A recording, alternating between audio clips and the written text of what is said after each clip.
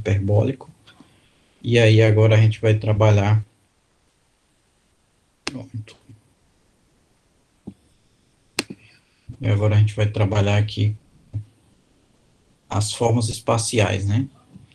Então, uma variedade de curvatura completa, de curvatura seccional constante, na verdade, não, uma variedade completa de curvatura seccional constante. Então, o recobrimento universal dela, né, aqui da teoria dos recobrimentos de variedades, tem a seguinte métrica, né, isométrico, ou seja, do ponto de vista de variedade riemanniana, é esse camarada aqui, porque se uma variedade riemanniana é isométrica ao Hn, ela é o Hn, certo? Ah, mas não é aquele modelo que a gente está usando do semi-espaço de Poincaré. Como eu falei para vocês, né, esse Hn, ele existe de duas maneiras, né, ele é esse semi-espaço aqui. Quando eu digo que existe de duas maneiras, lembrem-se que é de pelo menos duas maneiras, né? Porque existem vários outros modelos para esse espaço aí Hn, mas os mais conhecidos é esse aqui, né, que é o Y. Por exemplo, se eu pegar a dimensão 2, né, que é o plano de Poincaré. Aí existe também, como eu falei várias, o disco de Poincaré, né, desse camaradinho aqui. E também, nesse caso aqui, deixa eu ver se eu consigo fazer aqui as fórmulas geométricas legalzinho. Pronto. E vai ajudar aqui com a computação, não ficou central, mas enfim.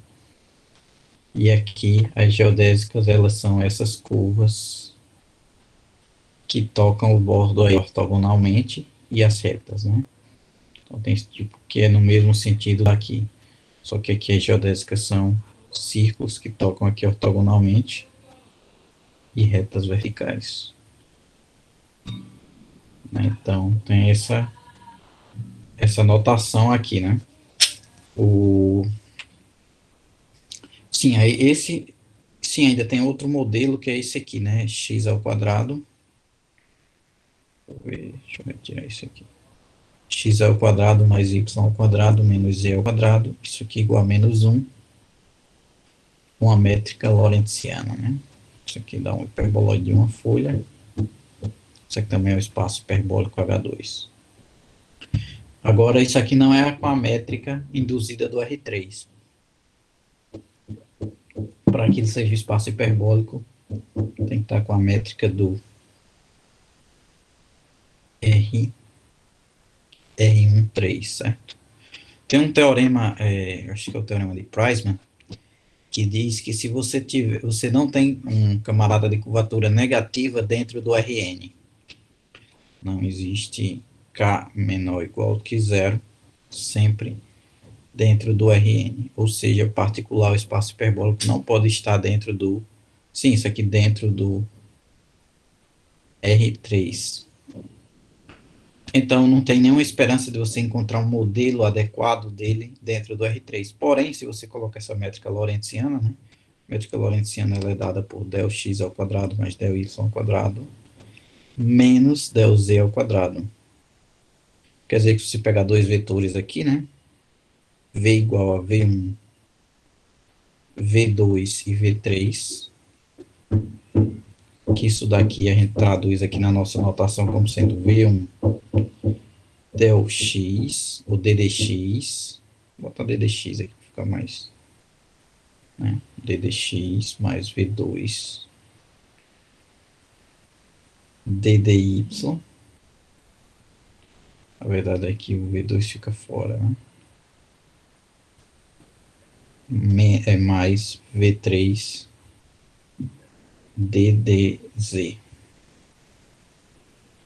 Aí, digamos, o U seja da mesma maneira, e aí você vai ter que U interno V, isso daqui é igual a V1, U1 mais V2, U2, menos, aí isso aqui é que é a diferença. Opa. É menos V3, U3. Né? Isso aqui, o Guilherme entrando aí. Então, isso aqui é somente a questão da métrica lorentziana, né? Isso aqui Notem que a gente já pega e chama de métrica o que é um produto interno. Aí a métrica lorentziana, ela ainda, a gente chama de produto escalar, ela não é nem positiva definida, mas ela é não degenerada, né? Que não degenerada é que u vezes x igual a zero para todo x implica u igual a zero.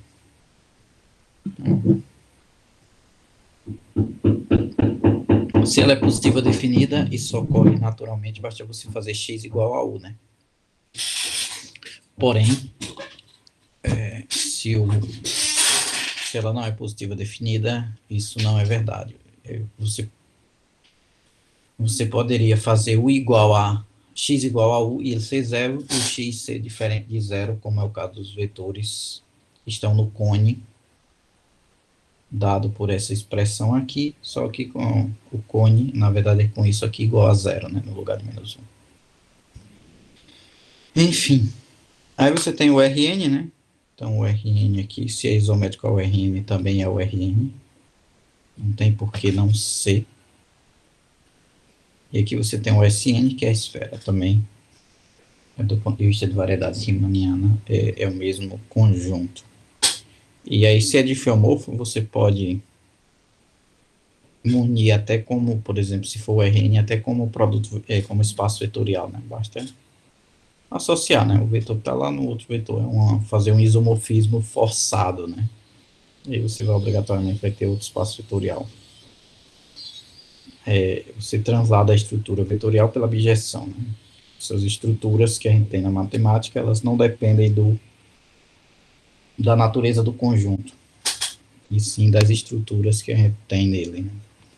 Então, você tem uma estrutura ou não. Bem, para provar esse teorema aí, a gente vai utilizar os dois lemas, que é esse lema 12, deixa eu ver se é o lema 11, não, lema 12 mesmo. Deixa eu ter aqui. Enfim, nesse lema aqui, se você tiver essas duas isometrias locais, ou seja, ela é isometria, porém, não necessariamente elas são isometrias globais, você só consegue que a diferencial dela preserva o produto interno. Mas não sabe nem se ela é bijetiva, né? Porque um exemplo disso, de isometria local, é quando você pega a exponencial, você pegaria uma φ, na verdade, né? Deixa eu ver aqui, tô apagando, tô escrevendo mais. Pegaria uma psi que sai do R2 e vai no S1 cartesiano R. Certo? E aí você força a coisa para virar isometria, mas aqui você vai fazer o seguinte, ela pega um ponto x, y e leva em elevado a, deixa eu ver aqui, a x, xi, né, na verdade.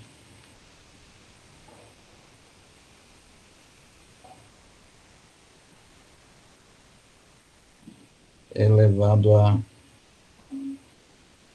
x vezes i, vírgula, y. Y você repete, né? Onde esse é elevado a x e isso aqui eu estou entendendo como sendo cosseno de x, seno de x. Então, isso aí vai ser uma isometria, porém, não tem como ser objetiva, né? A topologia desses objetos aqui são diferentes, né? Você tem dois objetos distintos, na verdade,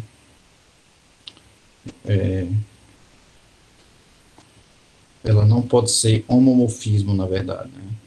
Então, não pode ser também difeomorfismo. Homeomorfismo, né? Bem, enfim. Então, nesse caso, então você poderia ter esses dois tipos de isometrias locais, né? Então, suponhamos que existe um ponto tal que elas coincidem e a diferencial também coincide, né? Então, as isometrias, elas são iguais. Tem que ser simplesmente conexa, né, as variedades, mas enfim. Aqui é aquele velho teorema tipo um teorema do valor inicial, né? Você tem que um ponto é y de zero é igual a zero, y' de zero. Bem, na verdade aqui seria y1, né? É igual a y2 de zero. E aqui y2' de zero. Né? Se elas coincidem num ponto, aí eu botei o zero aí, mas qualquer ponto domina. Então elas são iguais, né? Isso aí seria para soluções de uma EDP, de uma EDO de segunda ordem, isso é válido, né? Mas aqui nesse caso, nota que a gente está trabalhando com isometrias, né? Não necessariamente é uma equação diferencial que as duas satisfazem. Elas satisfazem uma equação com a derivada, tipo um EDP, mas, então, elas coincidem, né? Então, a gente vai provar isso. Então, seja V uma vizinhança normal de P, tal que as restrições sejam de feomorfismo, né? Então, você vai, como é um homeomorfismo, pelo teorema da ação inversa, aliás, como é isometria local, então existe um ponto onde ela é, em uma vizinhança, ela é diff. Então, a gente ajuste essa vizinhança a mínima possível, né? Pega a interseção da vizinhança que F1 é de feomorfismo, que F2 é de feomorfismo, e pega também uma vizinhança normal, faz a interseção dos três abertos, e aí tem um novo aberto com essa V. E aí ela satisfaz as três propriedades. Então, a φ de V em V, aqui note que realmente é uma função no mesmo conjunto, tem a seguinte propriedade, né? Φ de P é igual a P, é um ponto fixo, né? Aqui. E dφ de P é a identidade, né? Porque aí você faz a derivada das duas, e como elas são iguais, quando você volta, vai dar a identidade. Então, seja que, como ela é vizinhança normal, existe, para um Q aí nessa vizinhança, um Vzinho único, que dá essa exponencial, né? Exponencial de V dá o próprio Q, né? Então, aqui nesse sentido, seria, você pega aqui o ponto P, e aqui tem um ponto Q nessa vizinhança. Então, esse ponto Q vai ter um vetorzinho V de tal forma que exponencial de P e V igual aqui, né? Meio que uma bola geodésica. Então, gama é uma geodésica, tal que φ de P. Observe que se gama é uma geodésica, temos que φ bola gama também é uma geodésica, né? Que esse fato, o Manfredo aí diz que é óbvio, né? Já pula direto. Mas é pelo fato de ser isometria, né? Se ela é isometria local, então a inversa também é isometria. E aí você vai ter que a composta também é uma isometria, né? Composição de isometrias é isometria. E aí, se ela preserva a métrica, e mais ainda é difeomorfismo, então a métrica, como eu falei para vocês, se duas variedades são difeomorfas, do ponto de vista de variedades riemannianas, aliás, são difeomorfas, do ponto de vista de variedades são iguais, porém, além disso, elas são isométricas, né? Porque como são isometrias locais, mas aí a gente restringe para um domínio que elas sejam bijeções, sejam difeomorfismos. Então, elas são, de fato, isometrias globais nessa vizinhança V. Né? Na verdade, a φ é a isometria global na vizinhança V. E aí, de fato, a geometria é a mesma. Então, se é geodésica em uma, se somente se é geodésica na outra. Né? Não tem nem como fugir dessa questão de geodésica. E aí é o seguinte, né? Observe que temos essa geodésica, e aí com o mesmo vetor tangente na origem, né? E aí essa parte da geometria, que o vetor tangente aqui que a gente tinha na geodésica, o Vzinho aqui, quando eu pegar esse mesmo V, o mesmo Q aqui, e eu fizer isso daqui, né? dφ de V, Lembre que sem identidade, então dá V. Só que a minha geodésica, ela era justamente isso, né? Φ de gama, essa geodésica aqui, essa curva aqui, que também é geodésica, ela era isso daqui, né? Uma curva, sei lá, gama tio. Só que aí, se eu fizer o gama tio linha na origem, isso aqui é, na verdade, dφ, gama linha na origem, mas isso aqui é o V. Então, isso aqui é o V também. Então, de fato, na verdade, isso aqui, né?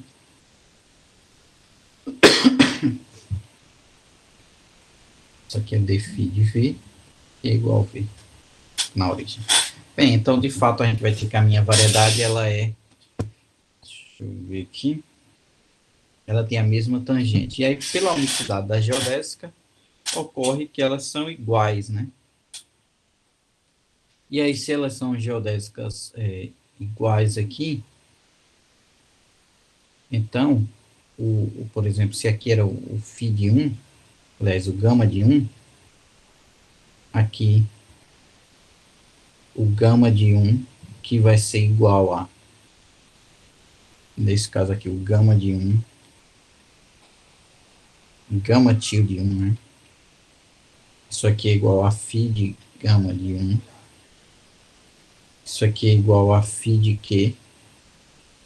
Mas por um lado isso aqui também tem que ser o Q, né? Porque é a mesma geodésica da unicidade. E aí, de fato,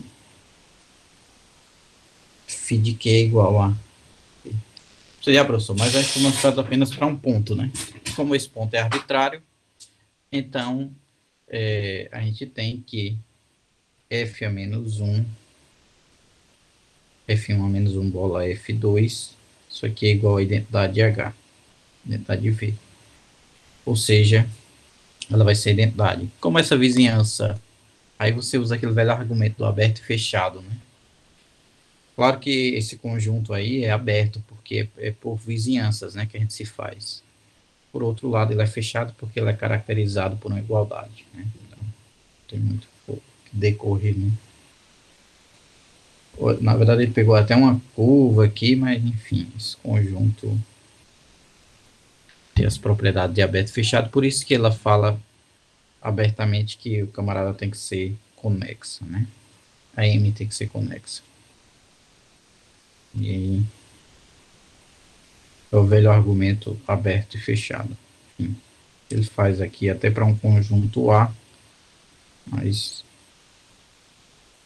de fato isso aí não você poderia argumentar de outras maneiras, né? Pega já o conjunto direto, onde F1 é igual a F2, esse conjunto por definição é fechado, e aí você mostraria somente que ele é aberto, e aí você pega um ponto onde essa igualdade aí ocorre, e aí você tem isso daqui, né? Nessa propriedade aí, você vai conseguir mostrar que ele é fechado também, né? Aqui ele faz um argumentinho um pouco diferente, porque você pegaria uma curva, né? Você tem apenas um ponto. Deixa eu ver aqui. Que aí você consegue mostrar nessa vizinhança, mas aí, claro, pega um ponto aqui fora dela, por continuidade também tá, né? Um conjunto fechado. E aí você pegaria uma curva ligando os pontos. E aí você faria isso aqui ao longo dessa sua curva pelas vizinhanças, como é um conjunto compacto, quantidade finita aí de vizinhanças e resolver o seu problema. E sempre teria essas interseções aí com bolas, vizinhanças normais, né? De ver isso. Enfim, né? Então aqui fazer um rápido esboço sobre a prova desse teorema, né? Então, do teorema lá, que todas serão isométricas, né? Então, considere esses casos e a gente vai considerar aqui também o caso em que tanto HN quanto RN, ele denota aqui por delta, porque são provas similares. Então, é uma isometria linear. Faltou um barra delta, né? Seu barra.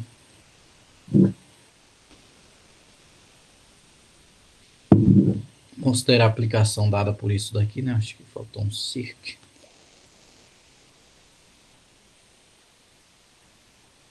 E aí, usando o teorema de isometria local, pelo teorema de Hadamard, porém, são de filomorfismo. Como é isometria local, a gente vai usar o lema aí anterior, elas coincidem em um ponto, e aí vai provar justamente que é isometria global, né? Para o caso da esfera, ele faz um pouco sutil, porque tem esses QIs, e aí ele tem que eliminar para esses camaradas estarem bem definidos e também conseguir o resultado, mas aí ele faz por continuidade, né? Para os extremos da esfera, define essa G, que aí consegue resolver esse problema. E que, enfim, passa.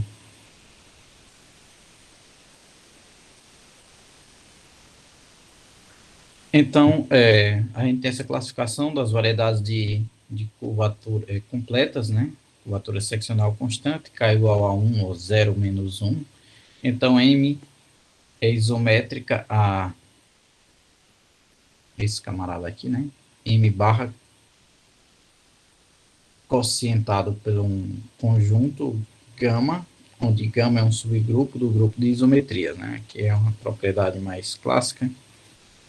Mas você vai ter, por exemplo, o quociente com grupos de isometrias, para poder ter uma variedade de curvatura seccional constante. Um exemplo disso aí, não vou chegar no detalhe da prova, né, até fiz aqui, mas enfim, para a gente imaginar aqui, é do cilindro. Então a gente pegou essas isometrias aqui, né? Pega o gama igual a, na verdade, N 0, tal que N pertence a Z. Não é natural aqui. E aí você faz meio que essas translações aqui.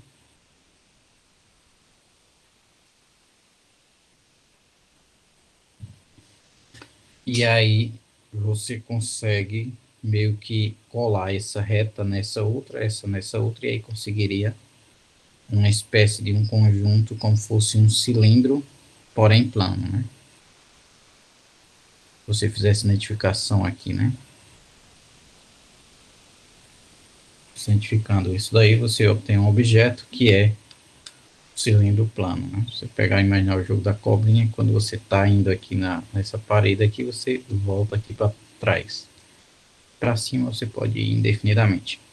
Aí, já o caso do toro flat seria o grupo gama til igual a NM, né?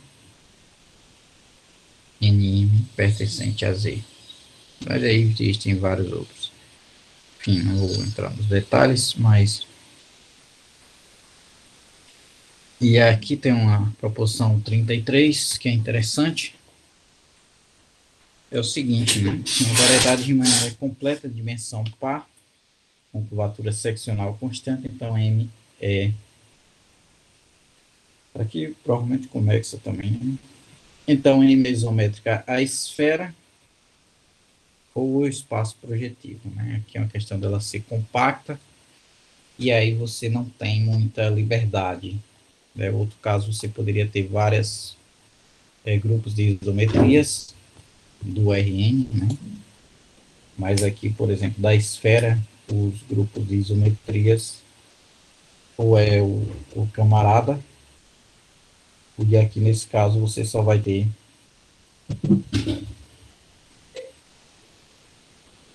o espaço projetivo real, dimensão n, ou a própria esfera, né? Não tem mais. E eu recomendo o espaço projetivo e a esfera. Bem, aqui é uma questão topológica, né? Toda superfície compacta orientada de gênero P+1 pode ser munida de uma métrica de curvatura negativa, né? Então, essa daí é um teorema interessante, é que você pode colocar uma curvatura negativa com o gênero quando ele é maior do que 1. Né? O gênero da esfera vai ser 0, não tem 0 buracos. Porém, se você pega é o toro, aí você pode colocar uma curvatura negativa, né? Então você vai ter essa possibilidade para curvatura desses objetos.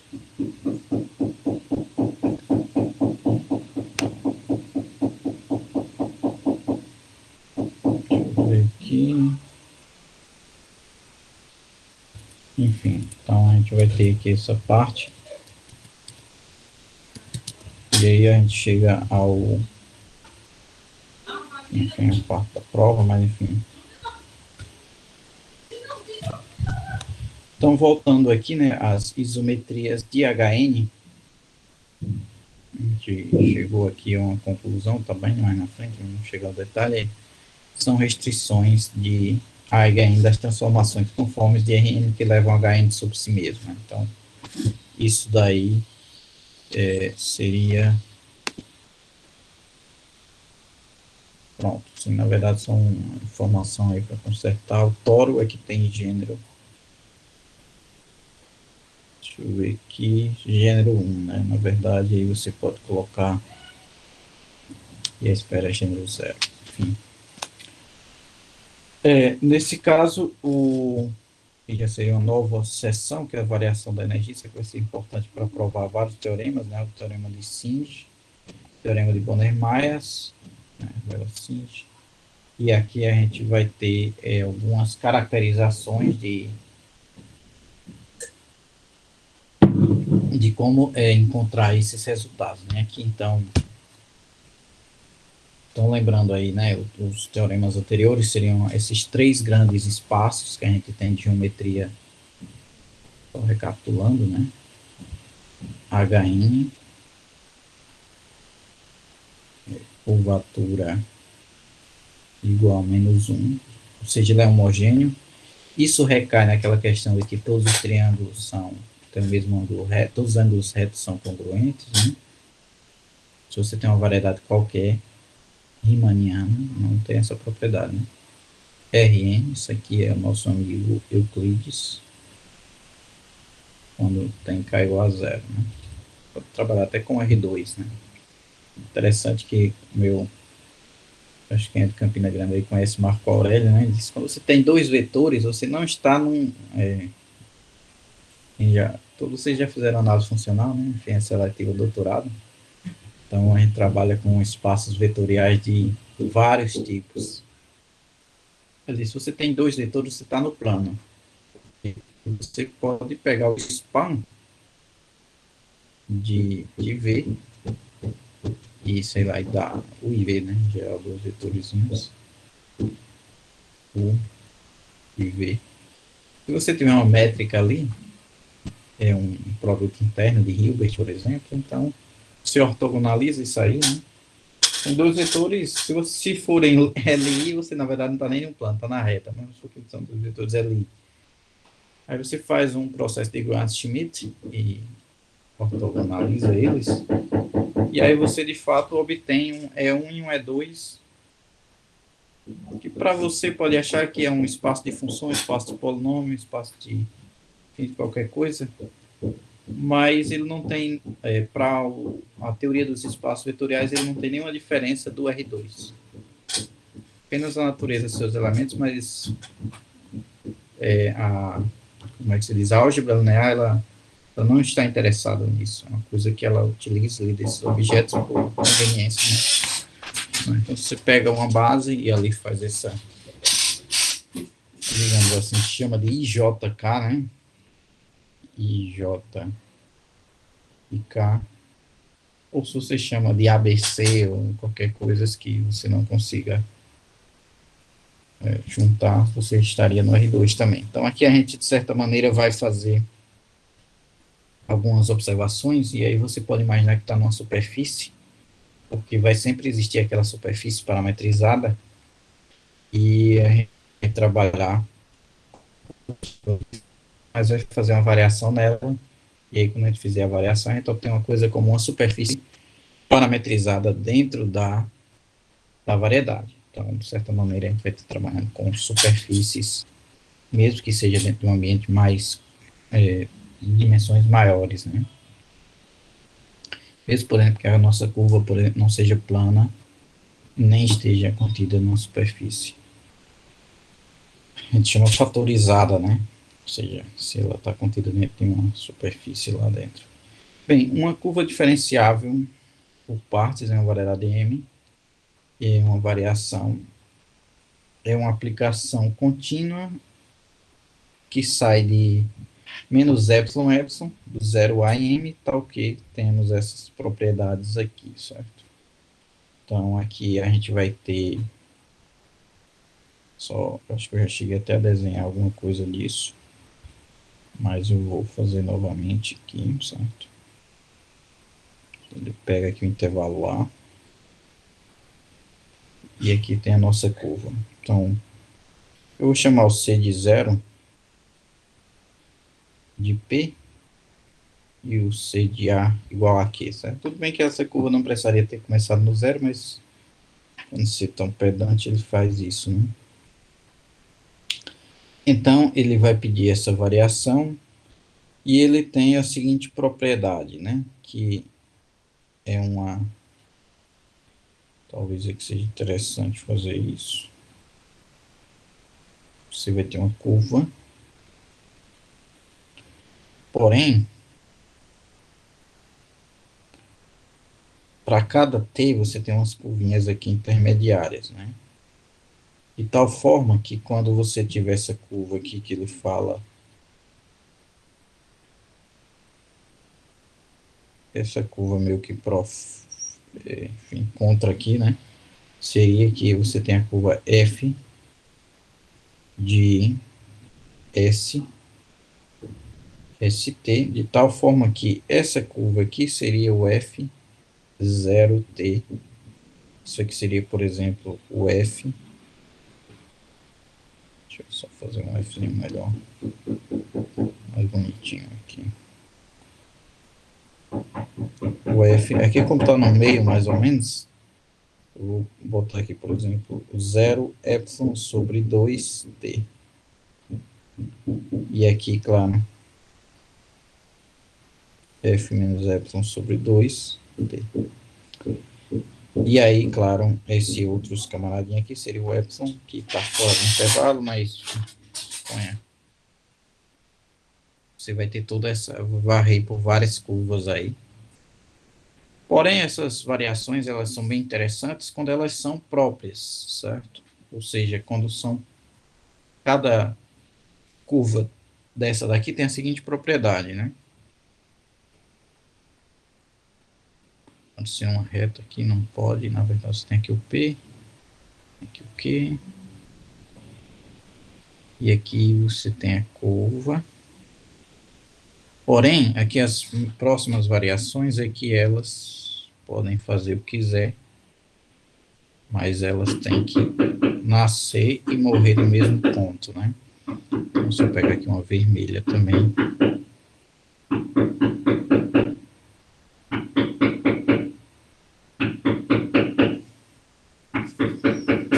né? Então, incrível que pareça, essa dali chega a ser mais distante e a outra volta, né? Enfim, essas variações aí, elas vão ser chamadas de variações próprias, né? Aqui a gente vai ter a propriedade que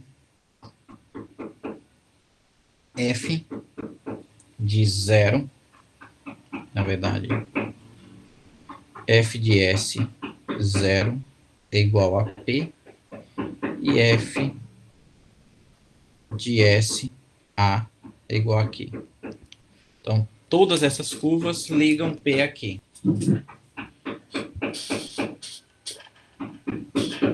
Então, pessoal, se a gente imaginar, isso aí é um estudo de geodésica, né? Se a gente imaginar que o comprimento dessas curvas, né? Se a gente pegar a função comprimento e a gente fizer L de f de s de t,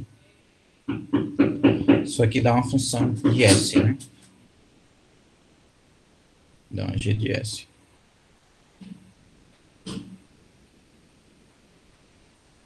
Se a gente começar com uma geodésica ali, né, para início, Então, espera-se que, na verdade, se f de s 0, na verdade, f de 0 t é geodésica,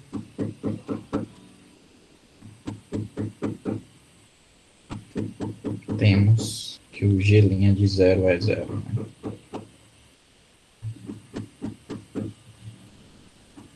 Então é isso, né? A gente vai ter essa propriedade aí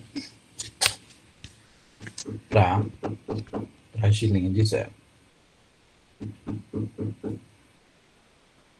E nesse caso, essa curva ela vai ser dada. Deixa eu ver se tem mais alguma coisa aqui.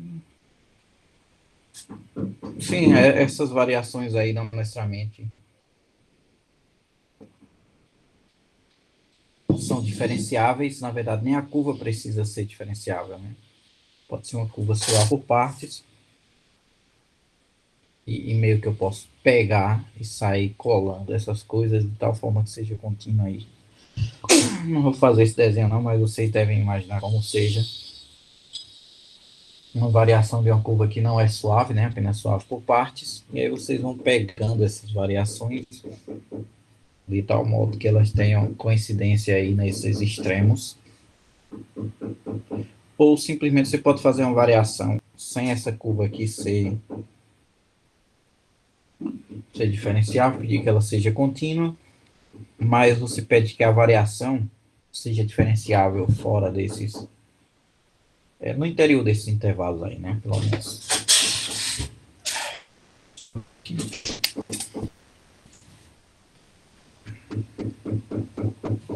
Ô, professor, Alguma dúvida aí? Alguém falou? Não. Diga. também essas variações lembram um pouco o campo de Jacob. Tem alguma ligação? Oi? Não sei. Existe alguma ligação entre essas variações de campos de Jacob? Sim, sim. Existe. Os campos de Jacob eles estão relacionados com a derivada segunda, certo? Essa tem a primeira variação, né? Você aqui primeiro você tem uma variação da curva, e aí a gente chama aí tem a derivada primeira da variação, que a gente chama de curva, né? Então você tem essa variação de C, porém tem uma coisa que é quase uma variação, mas é uma primeira variação. A gente vai ter na primeira variação um valor, e aí na segunda variação a gente vai ter os campos de Jacobi. Bem, na segunda variação é interessante que a segunda variação vai ser zero. Como a gente tem a geodésica, né, pessoal? Então, na geodésica, ela minimiza comprimento, pelo menos localmente, né? Mas aí a segunda variação vai ter o campo de Jacobi e ela vai deixar de ser zero, ou seja, onde a segunda variação vai ser zero também. Se o campo de Jacobi for conjugado, né? Quando a gente lembra lá que se o J de zero for igual ao J de T. Aí, nesse caso, a segunda variação dando zero, significa que a gente pode perder a propriedade de ser minimizante, né? E aí, de fato, isso é interessante, porque na esfera isso não ocorre no primeiro ponto, né? O polo sul e o polo norte, ela ainda continua sendo minimizante, porém, se você der mais um pouquinho ali, aí o próximo ponto conjugado que volta a ser o polo, por exemplo, se você começa no polo norte, volta a ser o polo norte, né? Ele é conjugado de si mesmo com uma volta, né? Essa geodésica aí não é mais minimizante, né? A partir dali ela deixa de ser minimizante, na verdade. A partir do polo sul, as geodésicas elas deixariam de ser minimizantes porque a derivada segunda assume um valor ali diferente. Na verdade, ela tem que ser, para ser mínimo, tem que ser positiva, né? A derivada segunda. Aliás, se a derivada segunda for zero, se for mínimo, se a derivada segunda for positiva, então obrigatoriamente é mínimo. Porém, ela pode ser zero, né? Que são os casos limites, né? Que é o polo sul da esfera. mas realmente aqui ele está totalmente relacionado. Inclusive, isso aqui é outra maneira da gente estudar o fato das geodésicas serem minimizantes, né? Se você vê aquela nossa fórmula, só para abrir um parênteses aí, a gente trabalhou com, vocês lembram, com as geodésicas aqui, né, para serem minimizantes. Se vocês imaginarem ali, a gente provou que a reta é o menor caminho entre dois pontos no R2, né? Pode ser RN, bote R3, mas enfim, a reta são os menores caminhos entre dois pontos, e a prova foi aquela que a gente fez com as bolas geodésicas, né? E aí basta a gente colocar em coordenadas polares. Primeiramente a gente provaria para o plano, em coordenadas polares, e aí isso aí não é tão difícil de ver, que você tinha que ter que o θ era, se você pega dois pontos, você sempre pode fazer essa, dentro dos pontos P e Q, você tem essa parametrização aqui, né? E aí você pode imaginar que isso aqui é uma bola centrada em P ou em Q, e aí você está no RN, pode imaginar que P é a origem, menos de uma translação e tal. E aí a reta vai ser de fato uma reta, o segmento de reta é um segmento radial, e aí ele minimiza a distância. E aí, de fato, você tem que o segmento de reta é o menor entre todos os caminhos que ligam esse ponto, pelo menos aqui dentro. Mas aí se sai também, o outro caminho é maior, volta, só daqui até aqui já é maior. E aí o outro problema seria, se ela não é uma curva plana, você projeta ela, né? E aí teria. Você projetaria, e aí a curva projetada no plano tem comprimento maior do que o segmento de reta, porém, a curva normal já tem comprimento maior do que a curva projetada, né? Isso não é tão difícil de ver. E aí a gente veria que, de fato, as retas, os segmentos de retas são os menores caminhos, dois pontos no RN, né? No R2, no R3, na verdade, né? Mais simples que o nosso mundo aí. Sem usar variação, né? Aquela fórmula lá, ela não usa esse cálculo variacional. Aqui a gente vai usar o cálculo variacional, porque aí faz a derivada segunda. Se você quer mostrar que uma certa função satisfaz um funcional, então você faz essa variação aí de maneira meio que natural, para você trabalhar num espaço de dimensão infinita, e aí faz essa derivada, né? Lembrando que, por exemplo, eu estou no espaço das curvas que ligam P aqui, e aí, claro, você pega uma curva dentro do espaço das curvas, e aí faz a composição, né? Você imaginar essas variações aqui. Se você tem esse espaço aqui, né? Só para ver se eu escrevo alguma coisa. Dada por FT, é chamada curva de variação. Deste modo, a variação é uma família de curvas próprias somente se tem o mesmo valor inicial e final. Isso aqui é basicamente o que eu falei, né? Então, só o que eu queria dizer não é nem isso, né? Se você tem o conjunto L, PQ, igual a curvas, eu vou colocar suaves, certo? Poderia ser suaves por partes, mas eu vou colocar suaves. Suave por parte. Você estuda cada pedaço e pronto. Suaves por partes que ligam P aqui. Então, esse conjunto aí, ele é um conjunto de funções. Não é difícil de você mostrar que se você tiver no plano, por exemplo, esse espaço aí já tem dimensão infinita, né? Basta você pegar curvas polinomiais, você parametriza, né? Vamos supor que tem esse P aqui, né? Então, essa curva você pegaria, suponha que isso aí está numa região parametrizada, depois se não tiver, você não está. Se você pega aqui as curvas que ligam 0 a 0, 0 a 1, 0, e você imagina somente as curvas polinomiais, né? Os gráficos, né, de funções que você tem aqui, as funções aqui. você já vai ter infinitas, né? Só de polinômios, margens de funções contínuas. E aí os polinômios é fácil de ver que eles são LIs, enfim, aí você vai ter, na verdade, infinitas funções analíticas, né? São os polinômios de dimensão infinita. Então, esse espaço aí, ele de fato tem dimensão infinita, porém você pode pegar, seja chamar de alfa, sei lá, beta, uma curva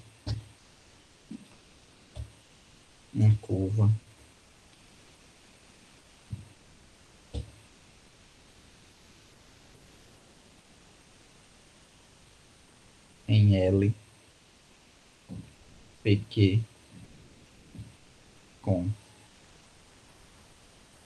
beta de zero. Aí você pode dizer uma curva suave, certo? Aí suave pode ser numa derivada aí que você pode imaginar vários sentidos nesse espaço de curvas. Isso aqui, pessoal, é uma variedade de dimensão infinita, tá? Ele não é um espaço vetorial, mas é uma variedade. Você vai ter essa com beta de zero igual a alfa. Beta de zero é a minha curva alfa.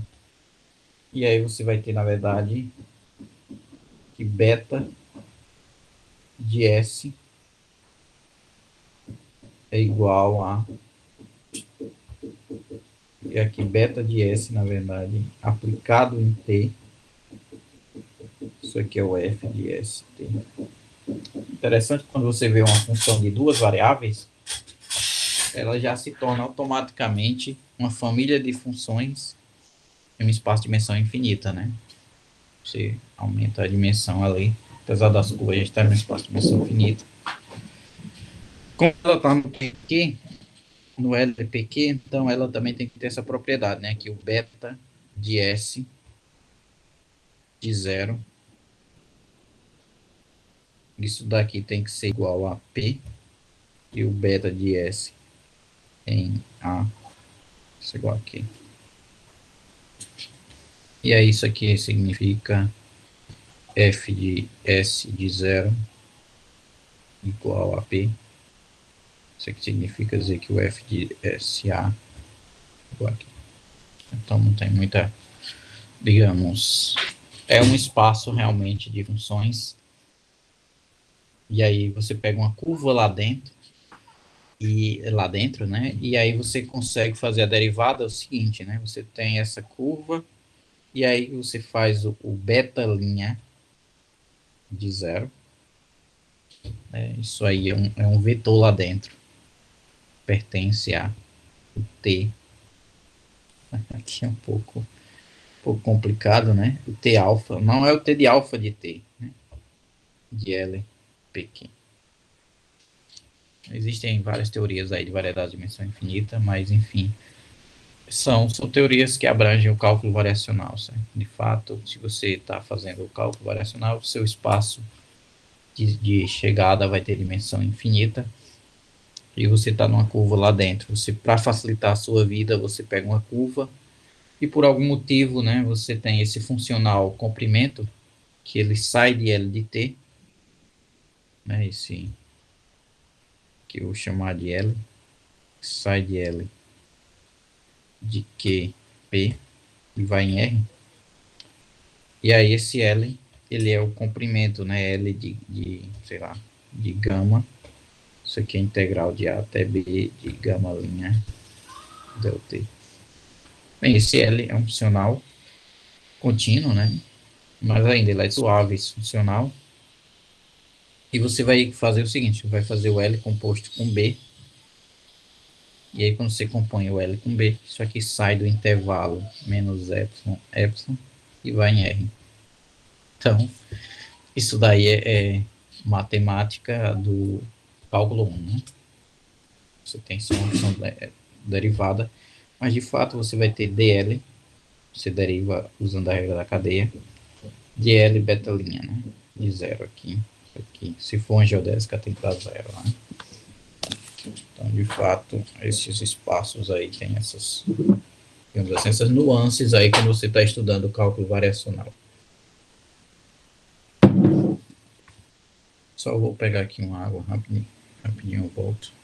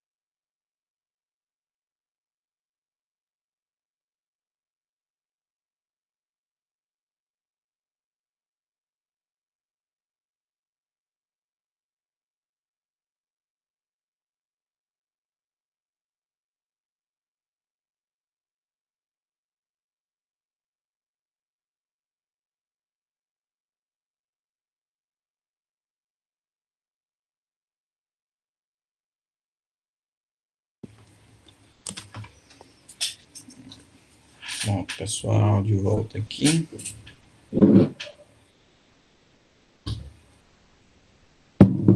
Enfim, vamos ver o que isso aqui significa. Bem, então como estudar essa derivada, né? Então, fiz aqui bem minimal aqui uma fórmula apenas. É o seguinte, você vai pegar com essa variação e conseguir esse campo de vetores aqui, né? Pessoal, tá todo mundo aí? Voltou? Sim, professor. Então, a gente vai... Notem que aqui, por isso que eu pedi suavidade, né? A gente vai fazer a derivada com relação ao parâmetro S, né? Então, seria mais ou menos a derivada realmente daquela beta. Então, aqui só lembrando, né, vocês... A gente tem o P e o Q. E essa variação, ela não precisa ser própria, certo? Então, por isso que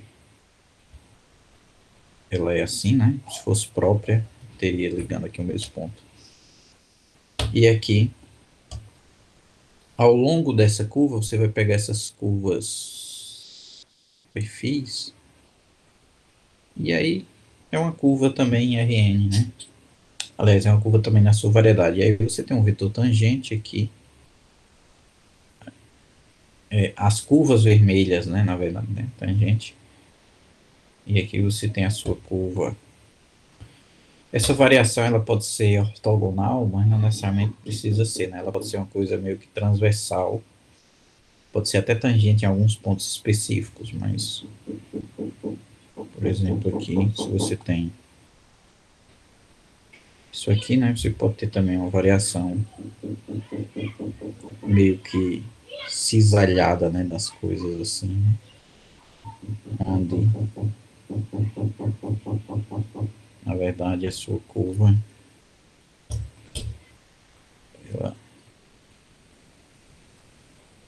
E aqui, tipo, o ângulo não seria necessariamente 90 graus. E aí pode variar de várias maneiras.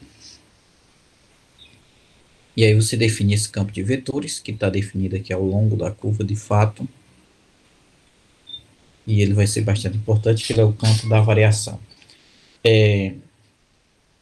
Um teorema importante é que diz que, dado um campo de vetores ao longo de uma curva, existe uma única variação que satisfaz isso daí, né? Localmente, certo? Então, eu mudei a minha perspectiva para essa aqui, né? Que eu tenho a curva, ligando P aqui. E aqui eu tenho um campo de vetores na variedade, certo? Só mudar aqui, né? Porque um vetor só tem para um lado, né?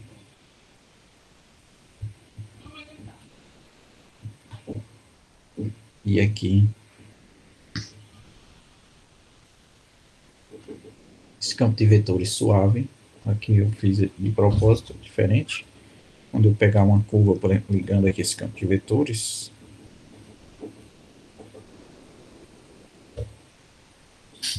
você vai ter essa propriedade. Claro que se você fizer menos ele também, vai existir a curva. E aí essa sua curva vai ser simétrica, meio que vai ser nesse sentido aqui, né? Menos V de t também é um campo ao longo de t. E aí você vai ter uma f que sai de um intervalinho, você não garante o comprimento dele fixo. E aqui você sabe o intervalo i em m com... Na verdade, aqui você vai ter o seguinte, né? df ds em... Na verdade, aqui, deixa eu ver. Em 0t, isso aqui é igual a v de t. Essa é a propriedade, e aí é dado um campo de vetor diferenciável por parte de uma curva, existe uma variação, tal que v de t é o campo variacional de f. Esse campo aí é chamado de campo variacional. Além disso, se v de 0 é igual a v de a, é possível escolher f como uma variação própria. Não está dizendo nem que é uma variação própria, mas está dizendo que é possível. Mas, de fato, aqui você vai ter também para variação própria, né? Que o v dá zero, né? Então é só um pontinho o vetor. E aqui ele vai começar por continuidade crescendo. E aqui volta a diminuir. Aqui notem que aqui ele volta a ser zero, né?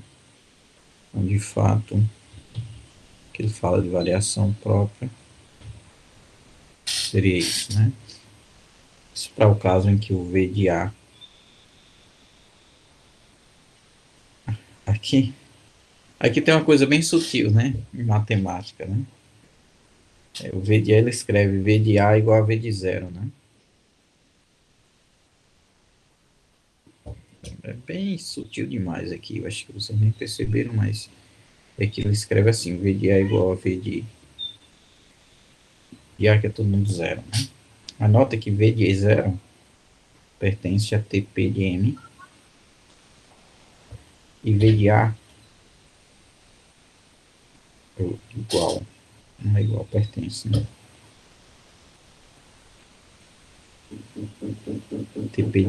TQ de M. Então, a priori, eles não poderiam ser iguais, certo? Mas eles fazem essa identificação. Que de fato, aqui você tem aqui V de 0 é igual ao 0P e o V de A é igual a 0Q. Cada zero aqui é um elemento diferente. Como é um espaço vetorial, então, e o zero está em todos os espaços vetoriais, né? Imagina-se que seja o mesmo. Né? Por exemplo, se você tem um espaço vetorial de 10 coordenadas e um espaço vetorial de 5 coordenadas, a priori não é o mesmo zero, né?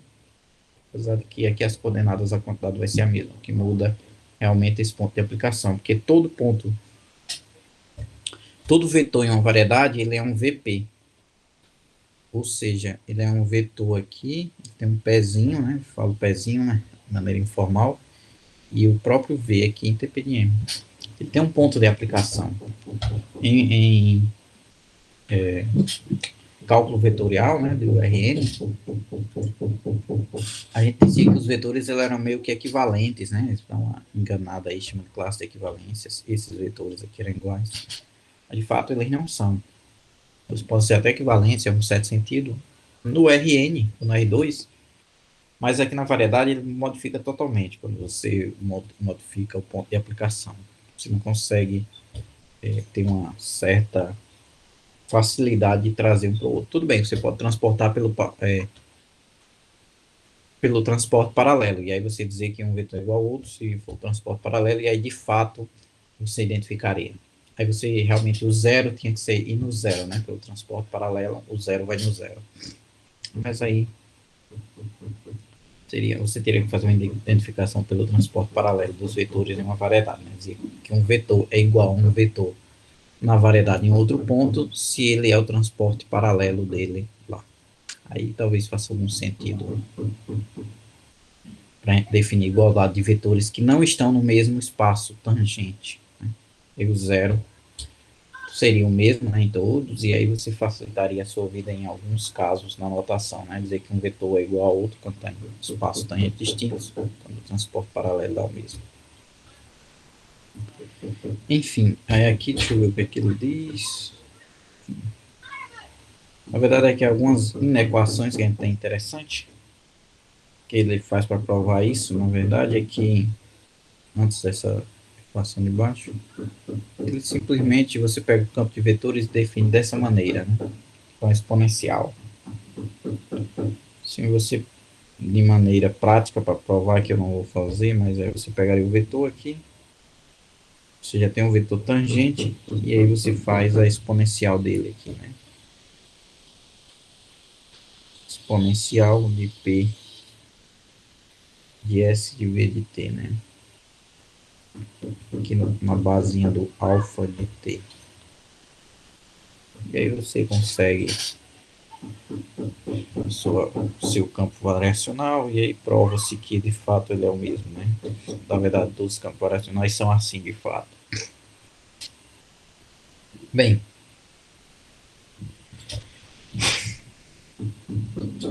a gente tem agora também o comprimento de uma curva, né? Que a gente já viu. Então, por isso que ele fala da primeira variação da energia. A gente já estudou o comprimento e a primeira variação do comprimento e da energia, né? Então, tem isso. Isso daqui é uma propriedade de integrais, né? De produto interno, na verdade, né? Você faz isso daqui, né? Desigualdade de... Acho que não é Hölder, não, que chama, né? Que é Cauchy-Schwarz, né? dt, dc dt, dt. Isso aqui você pega como sendo menor ou igual, você usa essa propriedade aqui, né? O V é menor ou igual que módulo de U, módulo de V, né? Isso aqui é Cauchy-Schwarz. Só que aqui eu vou ter... Isso aqui é menor ou igual do que isso. Aqui eu, ao invés de colocar aqui, eu tenho que ter um multiplicando, né? Então isso é integral de 1 de A até B, aliás, de 0 até A, né? Para evitar o A até B, ele botou 0 até A, né? Porque, enfim, você pode escolher de tal forma que o primeiro seja 0.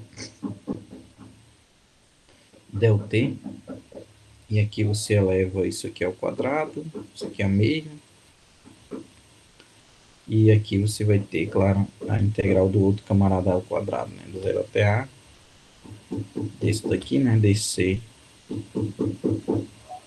dt ao quadrado. Tudo isso dt aqui elevado a meio. Então, de fato, isso aqui significa que o L de C é menor ou igual que A elevado a meio. E aqui, energia de C elevado a meio. Né? Elevando ao quadrado, a gente obtém essa desigualdade aqui. Né?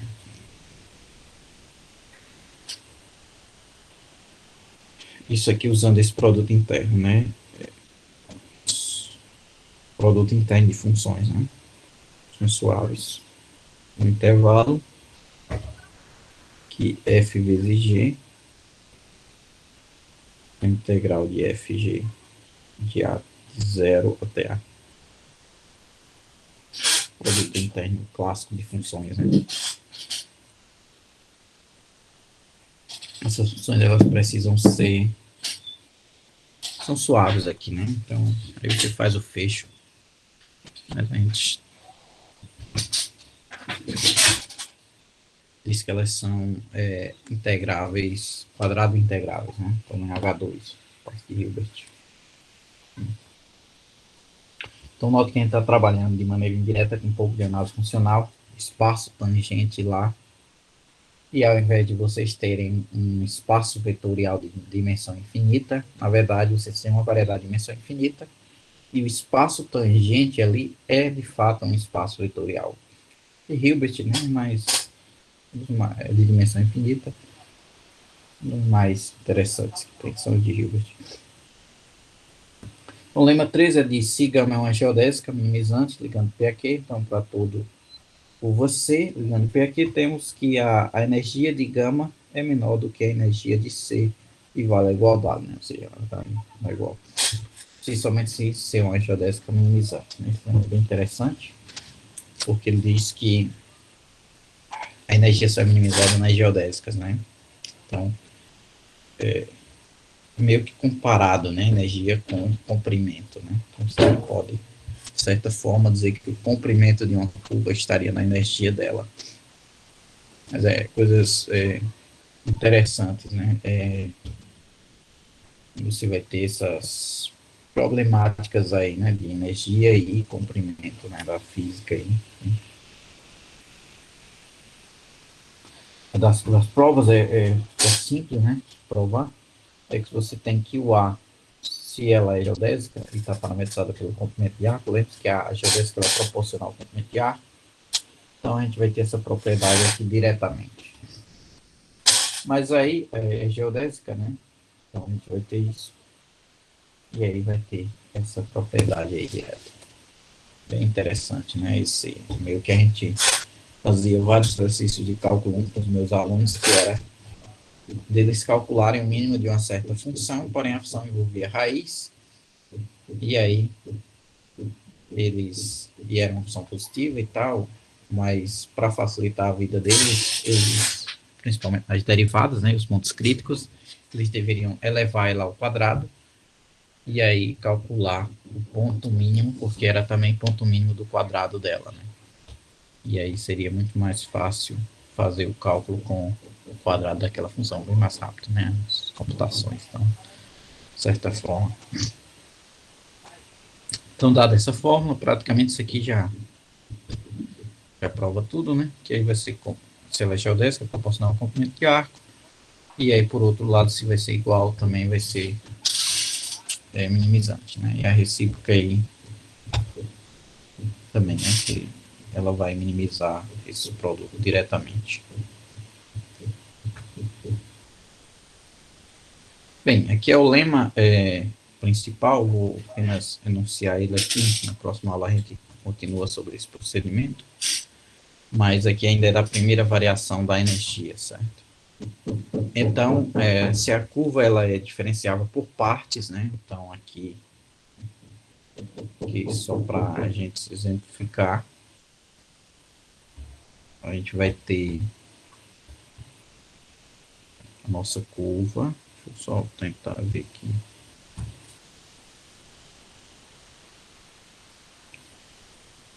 Aqui e aqui, pronto. Então, tem o P e tem o Q aqui. Então, de fato, não faz muito sentido se você pegasse uma curva assim e ela fosse menor, né? Tivesse o comprimento menor do que uma reta, né? Não faz sentido. A gente já viu isso, já estudou, né? Que se a gente pegaria o polígono e aí pela desigualdade triangular, o polígono tem comprimento maior. A poligonal, na verdade, né? Tem comprimento maior do que o segmento de reta. Pela própria desigualdade triangular. Bem, então voltando aqui, o que a gente faria aqui, vai fazer nesse sentido, é pegar essas variações e aí da energia E aí, inclusive, essa variação ela é feita em toda essa região aqui, que ela seja suave. Aí você dizia, não, mas ela não precisa ser suave nessas interseções. Mas aí, a gente evitar isso, a gente pega ela logo toda suave. E aí a gente sabe que se uma curva não é suave, ela, enfim, o fecho das curvas suaves vai chegar naquela com a métrica adequada, né? Pegar os polinômios, fizer o fecho dos polinômios com a métrica de Lipschitz, vai dar as funções Lipschitz. Então, a verdade é que não tem muito segredo. Se ao invés dessas curvas aí, eu poderia pegar curvas que, quando eu faço a parametrização, ali dão polinomiais localmente. Daria o mesmo resultado.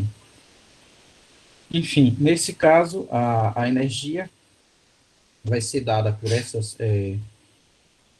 um meio da energia, né, da derivada da energia na origem, né, dessa curva diferencial suave por partes, vai ser menos o V de t, né, que é o campo, nota que aqui é com relação a S, né, essa derivada, e aqui vezes a derivada segunda, aqui a derivada covariante da curva,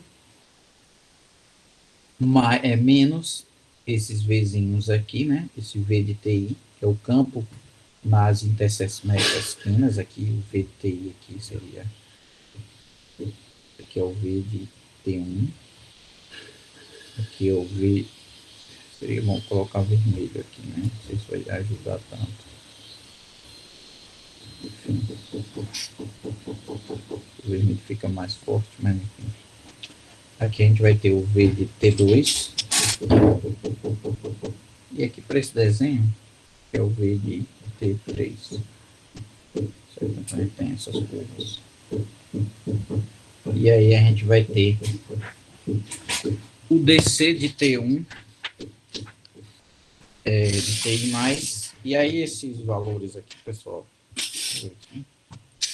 é simplesmente você pegar nessa curva, ela vai ter nesses pontos aqui de quina, só fazer uma ampliação aqui,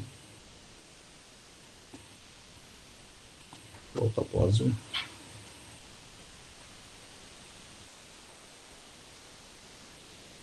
Ela tem aqui o que a gente chamaria de T1 menos, né? Isso aqui é o C' de T1. Isso aqui é o T2, mas menos. E por aqui, nota que está apontando para cima, que seria o C e T2 de T1 mais. Deixa eu só dar uma voltada aqui um pouquinho para fazer o desenho mais claro. C de TI mais. Acho que na verdade aqui você só tem uma derivada lateral, né? E essa curva, ela de fato, ela se você for fazer uma extensão suave dela, ela não vem para essa outra, ela seria para cá, né?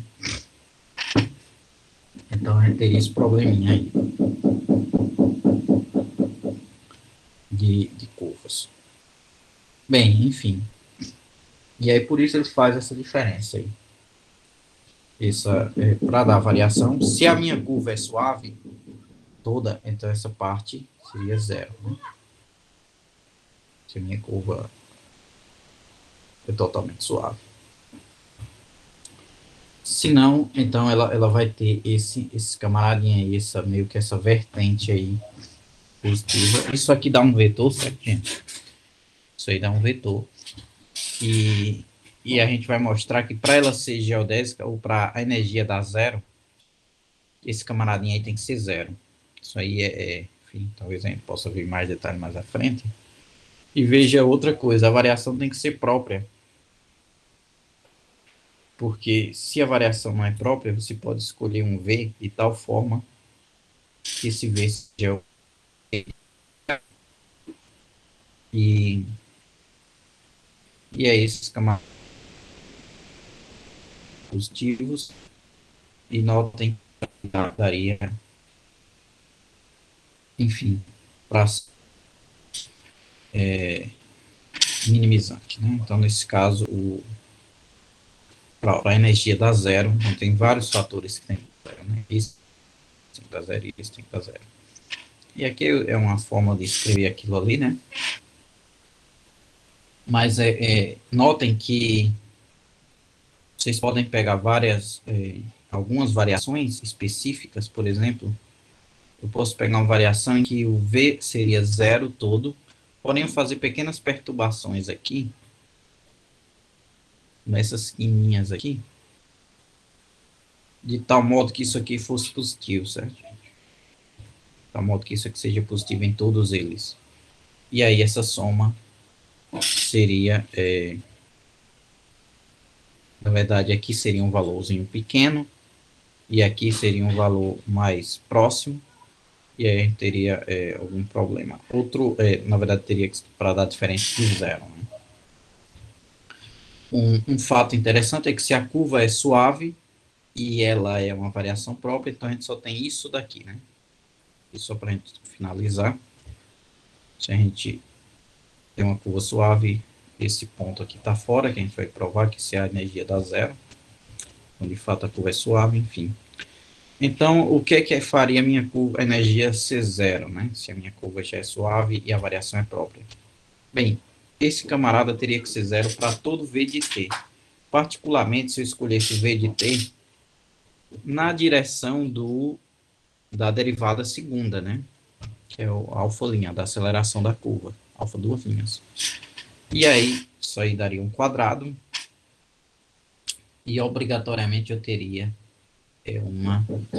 como é que se diz, uma função que teria que ser zero, né? Para esse valor aí. E aí a minha variação para ser zero. Então, de fato, isso aqui teria que ser zero. Ou seja, a minha curva tinha que ser uma geodésica, né? Ou você pode ver que esse V aqui é arbitrário. O simples fato desse V ser arbitrário implica que esse integrando aí tem que ser zero. Aí as que são suaves por partes também tem esse detalhe, né? Porque poderia um vetor aí anular o outro e tal.